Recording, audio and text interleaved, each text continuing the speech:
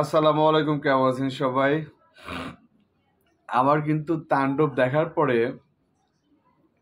মানে সমালোচনা বা আলোচনা করছি, কিন্তু কে কেমন করছে এটা কিন্তু বলি নাই। তাণ্ডব তো আমি একদম সত্যি কথা বলছি। তাণ্ডব, সাকিব ভাইয়ের অ্যাক্টিং দুর্দান্ত, দুর্ধর্ষ। মানে সাকিব ভাই এখন ইন্টারন্যাশনাল পর্যায়ে খেলতেছে। সাকিব ভাইয়ের গেমটা এখন, সাকিব এখন বাংলাদেশের হিরো আমার এটা মনেই হয় না। আলহামদুলিল্লাহ, আল্লাহ তাকে আরো উপরে নিক।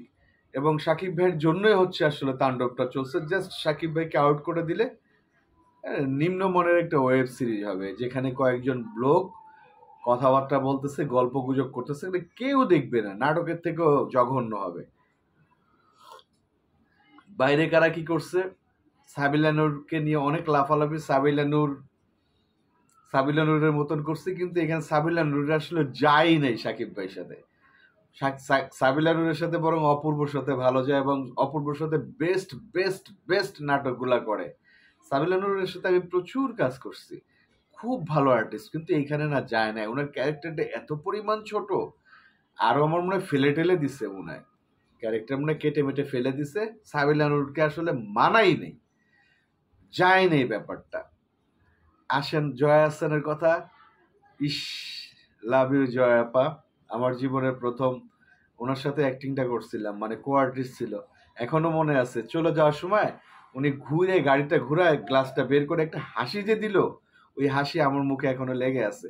জয়াপাকে সেই থেকে লাভ করি। অনেক লক্ষ্মী একটা মেয়ে, অনেক ভালো একটা মেয়ে, এবং অনেক ট্যালেন্টেড একটা মেয়ে। ইন্টারন্যাশনাল পর্যায়ে কাজ করার মতো একটা মেয়ে, এবং ইন্ডিয়াতে উনি রাজত্ব করতেছে, কলকাতায় বিশেষ করে। তো জয়াপা দুর্দান্ত করছে। জয়াপা গল্পের প্রাণ, সাকিব ভাইয়ের পরে মেরুদণ্ড, দুর্দান্ত করছে। এরপরে কে আছে? শহীদুজ্জামান সেলিম ভাই। সেলিম ভাই কিন্তু আমি অনেক রেসপেক্ট করি, এবং আমার খুব প্রিয় মানুষ, খুব প্রিয় মানুষ সেলিম ভাই। এমনও হয়েছে, সেলিম ভাই ছোট বড় পর্দার একটু নাকশিটকানি ভাব আছে। সে বড় পর্দার লোকজন, টেকনিশিয়ান সহ একটু কেমন কেমন যেন দেখতে পারে না। তো আমারে খালি বলে, এই তোরে আমার এত ভালো লাগে কেন, তোর সাথে আমি এত কথা বলি কেন? তাই বলছি, "ভাইয়া, বলেন কেন, আপনি জানেন।" তো সেলিম ভাইয়ের সাথে আমার খুব প্রেম, এবং আমার গার্জিয়ান বলতে পারেন। তারপরে সুমন আনোয়ার আমার কাছে কিছু কিছু ক্ষেত্রে, আমার কাছে ওনারা আসলে উনি খুব ভালো আর্টিস্ট কিছু কিছু ক্যারেক্টারে, বাট এই ক্যারেক্টারটা আমার কাছে মনে হয়েছে যে যাত্রাপালা মনে হয়েছে। সুমন ভাই দেখলে হয়তো রাগ করবে আমার কথা শুনলে। আর ফজলুর রহমান বাবুর কথা, ক্যারেক্টার নিয়ে কিছু বলার নেই। নাইমের ক্যারেক্টার নিয়ে কিছু বলার নাই। তারপরে আর কি, গাজী রাকায়েত স্যারের ক্যারেক্টার, এটা সিম্পল একটা ক্যারেক্টার, উনি ওনার মতনই করছে, শ্রদ্ধাভাজন মানুষ, ওনার ক্যারেক্টার নিয়ে কিছু বলার নাই। হ্যাঁ, বহুল কাঙ্ক্ষিত আফজাল সাহেবের ক্যারেক্টারটা নিয়ে বলতে চাই। আফজাল ভাই আসলে অনেকদিন অ্যাক্টিং এর বাইরে, তো কিছু বললাম না, মুরব্বী মানুষ বেয়াদবি হবে এই জন্য বললাম না। অনেকদিন অ্যাক্টিং এর বাইরে। আর ওনার এই ক্যারেক্টারটা উনি বলছে যে হিরো না জেনে অ্যাক্টিং করছে, আমার বিশ্বাস হয় না। উনি হিরো জেনে শুনেই অ্যাক্টিং করছে। রায়হান রাফি একজন বড় ডিরেক্টর, এই জন্য অ্যাক্টিং করছে, কিন্তু উনি আসলে অ্যাক্টিংটা হয়তো এটা আহ, বেয়াদবি হবে, তারপরে বলি উনি অ্যাক্টিং এর ভিতরে নাই। উনি অ্যাক্টিং এর ভিতরে নাই। আমরা যে আসলে কি, এই ধরনের লোকজন যখন ব্রেক নেওয়া উচিত, দরকার নাই। করলাম না অ্যাক্টিং। আফজাল ভাইয়ের ক্যারেক্টারটা বাংলাদেশে 50 জনের করার মতো অ্যাবিলিটি আছে, এবং এটা সিম্পল একটা ক্যারেক্টার, এক্সক্লুসিভ কোনো ক্যারেক্টারটা না। উনি কেন ব্যাক করছে এই ক্যারেক্টারটা আমার মাথায় ধরে নাই। উনি একদম লিজেন্ডারি আর্টিস্ট। আফজাল ভাইয়ের কাছ থেকে আসলে এই টাইপের অ্যাক্টিং, এই টাইপের ক্যারেক্টার আশা করি না আজ, মানে কামব্যাকের পরে।